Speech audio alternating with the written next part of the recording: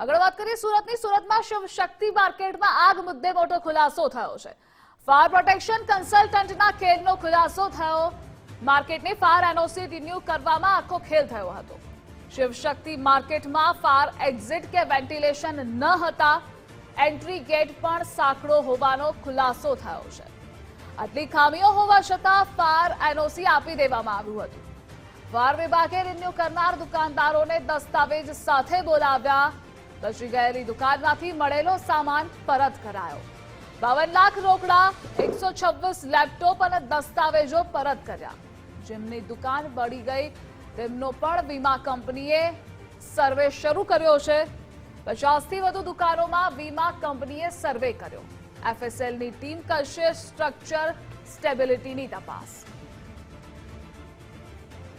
તો શિવશક્તિ ટેક્સટાઇલ માર્કેટમાં આગ લાગી હતી. આગે વિકરાળ સ્વરૂપ ધારણ કર્યું હતું. 3 થી 4 દિવસ સુધી આ આગ યથાવત હતી અને અનેક દુકાનોમાં આગ પ્રસરી હતી. કરોડોનું નુકસાન થયું છે. વેપારીઓ હજુ પણ આઘાત છે. આઘાતમાંથી બહાર નથી આવ્યા અને ત્યાં મોટો ખુલાસો થયો છે. ફાયર સેફટીને લઈ સાધનોની અછત વર્તાય છે અને ફાયર એનઓસી આપી દેવામાં આવ્યું હતું. જોકે સર્વે પણ વીમા કંપની દ્વારા શરૂ કરવામાં આવ્યો છે.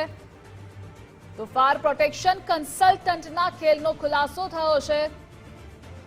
મોટા પ્રમાણમાં નુકસાની વેપારીઓને થઈ છે. માર્કેટની ફાયર એનઓસી રિન્યુ કરવામાં આખો ખેલ થયેલો. શિવશક્તિ માર્કેટમાં ફાયર એક્ઝિટ કે વેન્ટિલેશન પણ નહોતા. પ્રોપર વેન્ટિલેશનની સુવિધાઓનો અભાવ હતો. એન્ટ્રી ગેટ પણ સાંકડો હોવાનો ખુલાસો થયો છે અને આ મુદ્દે સંવાદદાતા રાકેશ જોડાયેલા છે. રાકેશ, સુરતની શિવશક્તિ ટેક્સટાઇલ માર્કેટમાં આગે વિકરાળ સ્વરૂપ ધારણ કર્યું હતું. વેપારીઓ આઘાતમાં છે કારણ કે કરોડોનું નુકસાન થયેલું છે. હાલ આજ આગના કેસને લઈ ખુલાસો શું થયો?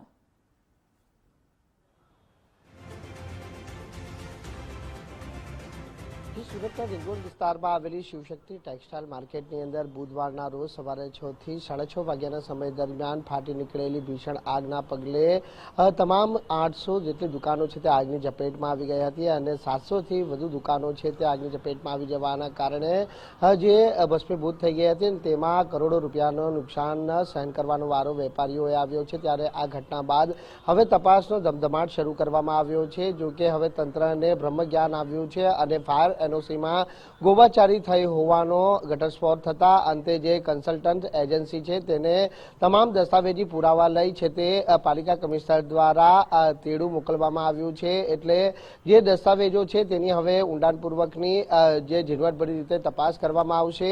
મહત્વની બાબત એ બનીને સામે આવી છે કે જે માર્કેટની અંદર આગની ઘટના બની હતી તેમાં એક્ઝિટની કોઈપણ અને વેન્ટિલેશનની સુવિધાનો સંપૂર્ણપણે અભાવ મળી આવ્યો હતો. આ સાથે જે માર્કેટનો ગેટ હતો કે ગેટની અંદર એક ફાયર વિભાગની ગાડી પણ અંદર પ્રવેશ ન કરી શકે તે પ્રકારનો કન્જેસ્ટ એરિયા હતો અને આ સાથે જે સાંકડી ગલીઓ હતી અને તેમ છતાં ફાયર એનઓસી છે તે રિન્યુ કરી દેવામાં આવી હતી. એટલે સૌથી ચોંકાવનારી બાબત બનીને આ સામે આવી છે કે ફાયર એનઓસી રિન્યુ કરાવવામાં આવી ત્યારે આ તમામ બાબતોને શા માટે ધ્યાનમાં ન લેવામાં આવી અથવા એજન્સી અને જે માર્કેટના સંચાલકો વચ્ચેના મેળાપીપળાની અંદર આ ફાયર એનઓસી છે તે રિન્યુ કરી દેવામાં આવી હતી. એટલે ગંભીર પ્રકારની બેદરકારી સામે આવતા હવે જે કન્સલ્ટન્સી એજન્સી છે તેને સુરત મહાનગરપાલિકા કમિશનર દ્વારા તેડું મોકલવામાં આવ્યું છે અને તમામ જે એનઓસી રિન્યુ કરવામાં આવી છે તેના દસ્તાવેજી પુરાવા લઈ બોલાવવામાં આવ્યા છે. હવે જોવાનું એ રહે છે કે પાલિકા કમિશનર આ સમગ્ર કેસની અંદર કઈ રીતની તપાસ અને કાર્યવાહી કરે છે તેના પર સમગ્ર દારોમદાર નિર્ભર કરે છે. પરંતુ આ ગંભીર બેદરકારીના કારણે જે આગ લાગી હતી આગની અંદર કરોડો રૂપિયાનું નુકસાન જ્યારે વેપારીઓને થયું છે ત્યારે વેપારીઓના થયેલા નુકસાનની ભરપાઈ તો નથી કરી શકાતી. પરંતુ આ પ્રમાણે જ્યારે બેદરકારી સામે આવી છે ત્યારે કાર્યવાહી ચોક્કસથી બનવી જરૂરી પડે છે. જી રાકેશ, જોડાવા બદલ આભાર આપનો.